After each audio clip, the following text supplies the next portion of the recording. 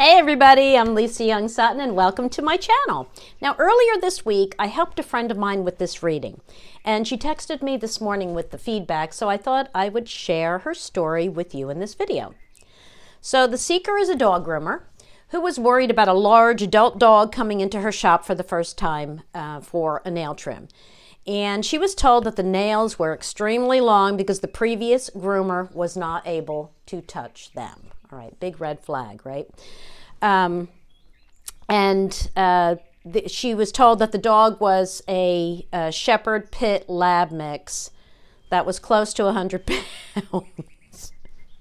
So she knew she was dealing with a smart, strong, and strong-willed dog. So she laid 3 cards, and she got Heart, Whip, Stork. And as soon as she saw the whip, that's not the kind of card you want to see in this type of reading, right? So she knew that the whip referred to conflict. And after the heart, she took it to mean that it would be a struggle to, I think she said it would be a struggle to fulfill her desire to help this dog and please the owners. That's a good interpretation, right? And she knew the stork referred to change, but she didn't know what change it was referring to, right? The stork at the end of the line, how many of you get tripped up by that, especially when you only have 3 cards? Because you really, when the stork is at the end, if you have, a 5-card line or 7 cards, usually you have enough cards and you can kind of understand what that's saying. But in this case, she had no clue. So, she didn't know if the change would be that she would come up with a better strategy after struggling with the dog, or that the dog would suddenly give in, fat chance, or that the owner would jump in and distract and calm the dog, which, that will never happen. I have to say, in my 40 plus years of experience, you know what happens when the owner tries to help? The dog thinks, oh, good, backup is here. A team member. Now it's 2 against 1. You're going down, groomer. Yeah, never works out. Or she thought, would the change be that she just gives up, declares defeat and tells them that they have to take the dog to the vet for its nails? She really didn't know, and she didn't want to waste her time, so she really did want to know. Now, she said she was about to draw another card, but because she learned to read Lenormand from me, she knew that I did not approve of that. So she texted me to ask what to do next. So I told her that whenever the last card leads you to ask another question, well, now you have another question to ask. Simply ask that new question and lay more cards, which is just what she did. So she then asked, what change will come after the conflict, right? What change will come after the conflict? She's sticking to this line, right? And now she laid 3 more cards, and she got the key, which is great when you're unsure about something, right? And then you get the key. That's the solution, right? The key, the fish, and the bear. All right. So now the key told her that the change would be that she'd have an aha moment. The key tells you that you have access to a solution, right?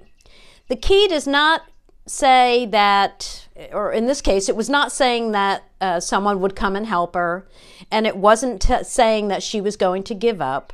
It was telling her that she had access to the solution. So what does the fish say about what is the solution? The fish told her to loosen up, to become more flexible, and adapt the procedure to add more value for the dog.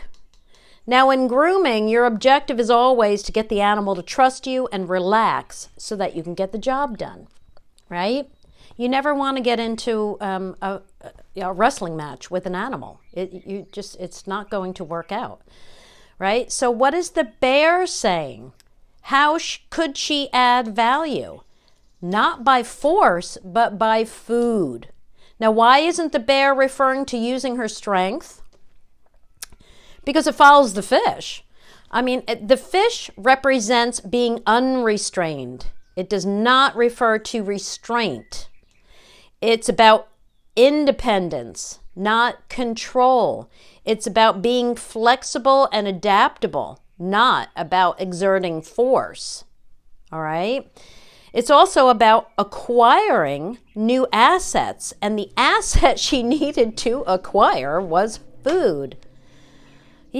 Right? I mean, when you're working with a dog who's highly food motivated, you can do almost anything to them by distracting them with food. Other dogs won't eat when they're upset. If they're too scared, they just won't eat. But a foodie is mesmerized, absolutely hypnotized by food. So I told her to keep the appointment and grab some hot dogs out of the freezer. And yes, all groomers and trainers have hot dogs in the freezer. And I told her to slice them and nuke them right before the dog comes in, so they're warm and odoriferous. Yeah, to entice the dog.